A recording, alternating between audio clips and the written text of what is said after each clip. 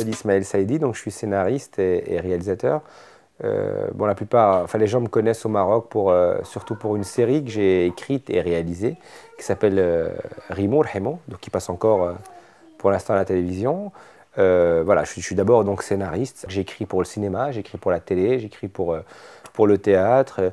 Récemment, là, j'ai écrit un livre parce que voilà, c'est ce que je fais, écrire, et je trouve que on a la chance, dans la période dans laquelle nous vivons, de pouvoir transformer le support, si tu veux, et passer d'un support audiovisuel, à savoir le cinéma, la télé, à un support scénique comme le théâtre, ou littéraire comme un bouquin. Donc effectivement, j'ai plusieurs casquettes, mais à l'intérieur de la même casquette, à savoir que je suis auteur avant tout.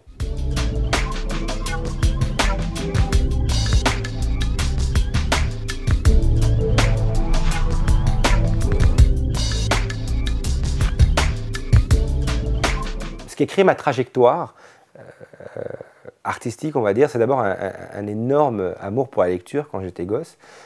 Je bouffais des livres comme d'autres mangeraient des sandwichs. Et donc c'était quasi mon unique passe-temps. Et qui dit lecture dit d'office une envie de se retrouver maître d'une œuvre à son tour, comme les grands maîtres. Et donc je me suis mis à écrire. Enfant, j'écrivais des petits trucs, mais jamais quelque chose qui dépassait le stade de petits projets. Et à l'âge adulte, effectivement, j'ai eu cette envie quasi étouffante d'écrire à mon tour, quel que soit le résultat. Il fallait juste écrire. En fait, c'est plus, comme dit l'adage, c'est pas la destination qui primait, c'était le chemin, en fait. Il fallait juste écrire, quel que soit le produit qui allait en sortir. Et voilà, à travers mon chemin, j'ai rencontré d'autres personnes et qui fait que je me suis retrouvé avec un pied dans l'étrier artistico-audiovisuelo cinématographique. Et voilà, c'est ce qui fait que je fais ce que je fais aujourd'hui.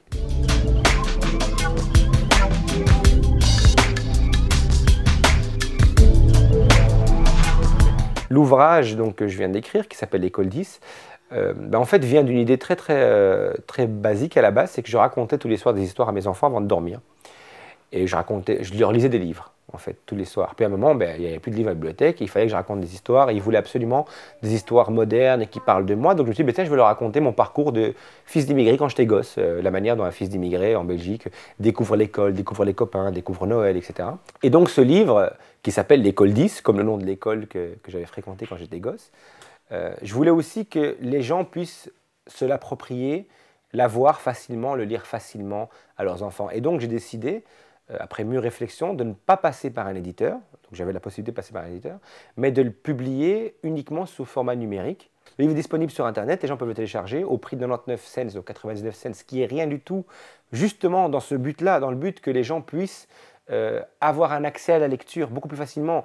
Des gens qui n'ont pas nécessairement le moyen, qui veulent avoir un bouquin à lire à leurs enfants, un bouquin proche de leur vie, parce que voilà, c'est un mélange d'identité de nouveau dans ce bouquin, peuvent avoir accès à ce livre facilement, sans passer par bibliothèque, uniquement par le biais d'Internet. Et je trouvais que c'était vraiment une aventure exceptionnelle que de pouvoir écrire un livre et le mettre très rapidement à disposition des gens partout sur Terre. Ça te dérange pas si je reste ici? Non.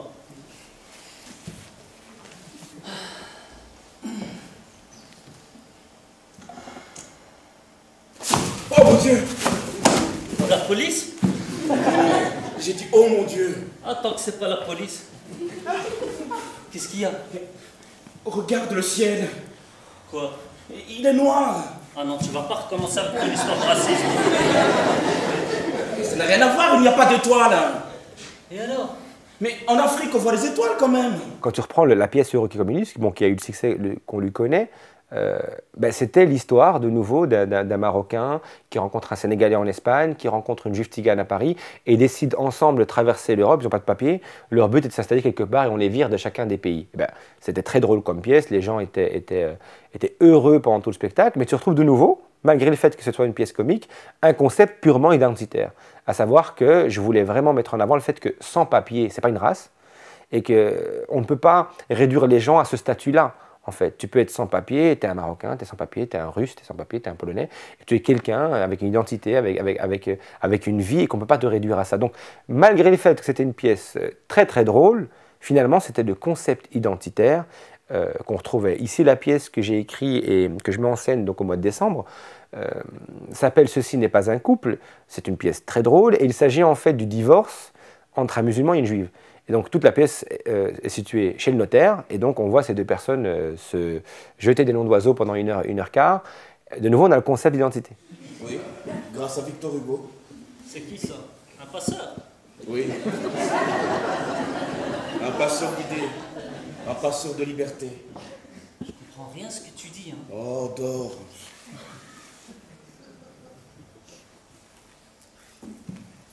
Les difficultés que j'ai rencontrées, elles sont plus d'ordre de différence d'identité. C'est-à-dire que quand tu bosses avec le Maroc et que toi, tu n'as pas vécu là, que tu n'as pas grandi là, il te faut vraiment une période d'adaptation pour comprendre. Parce que voilà, les choses sont différentes, elles ne sont ni meilleures ni moins bien, que ce soit ici ou là-bas.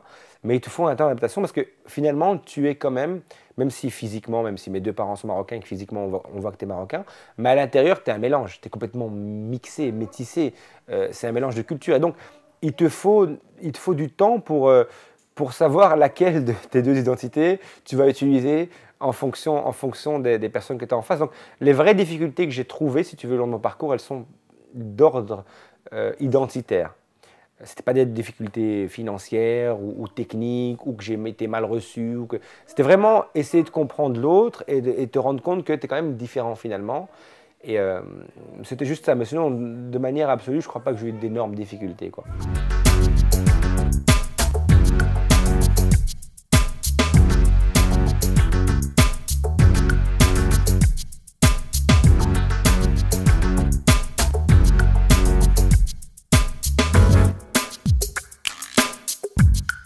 Aujourd'hui, on est dans une école communale de Bruxelles qui s'appelle l'école 10 en fait. Alors c'est assez drôle parce qu'elle porte le même nom que mon livre, mais c'est surtout mon livre qui porte le même nom que cette école. Donc c'est une école que je connais pour y avoir passé mon enfance parce que c'était mon école primaire.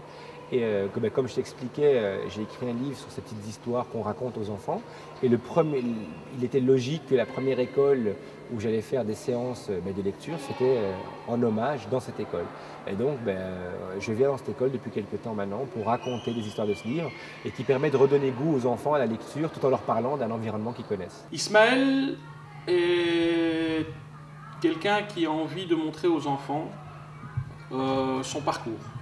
Donc il a envie de montrer aux enfants non seulement qu'il était dans l'établissement, mais qu'il est également possible aujourd'hui, en 2011, pour des enfants d'origine de milieux sociaux défavorisés ou enfants d'immigrés, qu'il est possible de s'en sortir aisément grâce à des possibilités intellectuelles telles que l'écriture, la lecture. Eh bien, déjà, je le remercie de sa présence aujourd'hui et de sa collaboration avec l'école, et je lui souhaite d'en écrire beaucoup plus.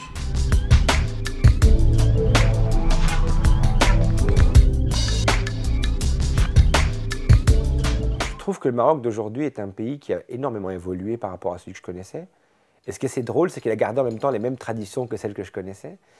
Et je trouve que c'est un pays, je ne sais pas le définir, je crois que c'est un pays qui bouillonne avec énormément de possibilités, énormément d'opportunités, énormément d'envie. Le Maroc a envie de plein de trucs.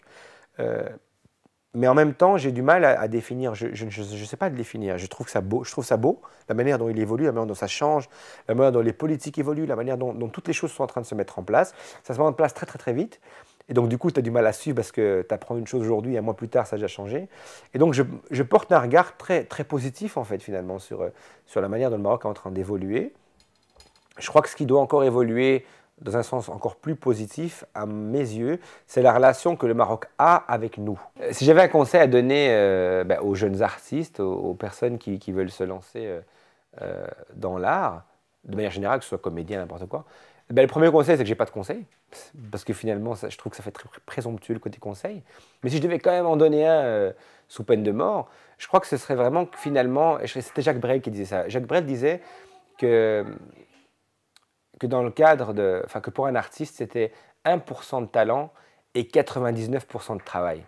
Bon, c'est vrai qu'il te faut le 1% de talent. Si tu ne l'as pas, tu auras beau bosser et tu n'iras pas loin. Mais même, le problème, c'est que même si tu as ce 1% de talent, ce n'est pas du tout suffisant. Je crois qu'il faut bosser, il faut croire en soi, et il faut bosser non-stop. Tu n'as pas le choix, en fait. Les choses ne viennent pas aussi facilement qu'on le croit. Même si je crois que si Si tu y crois, tu y arrives. Mais il y a une somme phénoménale de travail. Il faut le vouloir. Il faut aimer ce que tu fais. Je crois que c'est comme ça pour tous les boulots. Il faut aimer ce que tu fais. Si tu aimes ce que tu fais, tu vas travailler pour arriver à ce que tu veux faire. Donc je crois vraiment que le travail, la formation, pour moi la formation est quelque chose de très important. Quel que soit le métier que tu veux faire, quelle que soit la voie que tu veux choisir, je crois que la formation est primordiale. Tu ne peux pas t'en passer. Je veux dire, je sais qu'il y a des gens qui sont autodidactes, mais ce n'est pas parce que tu es autodidacte que tu ne peux pas te former sur le tard. Je veux dire, être autodidacte, c'est ne pas avoir été fermé au départ quand tu as commencé ton boulot, mais ça ne veut pas dire que tu dois t'arrêter à ce point-là et ne pas aller plus loin. Donc voilà, pour moi, c'est vraiment le travail et la formation.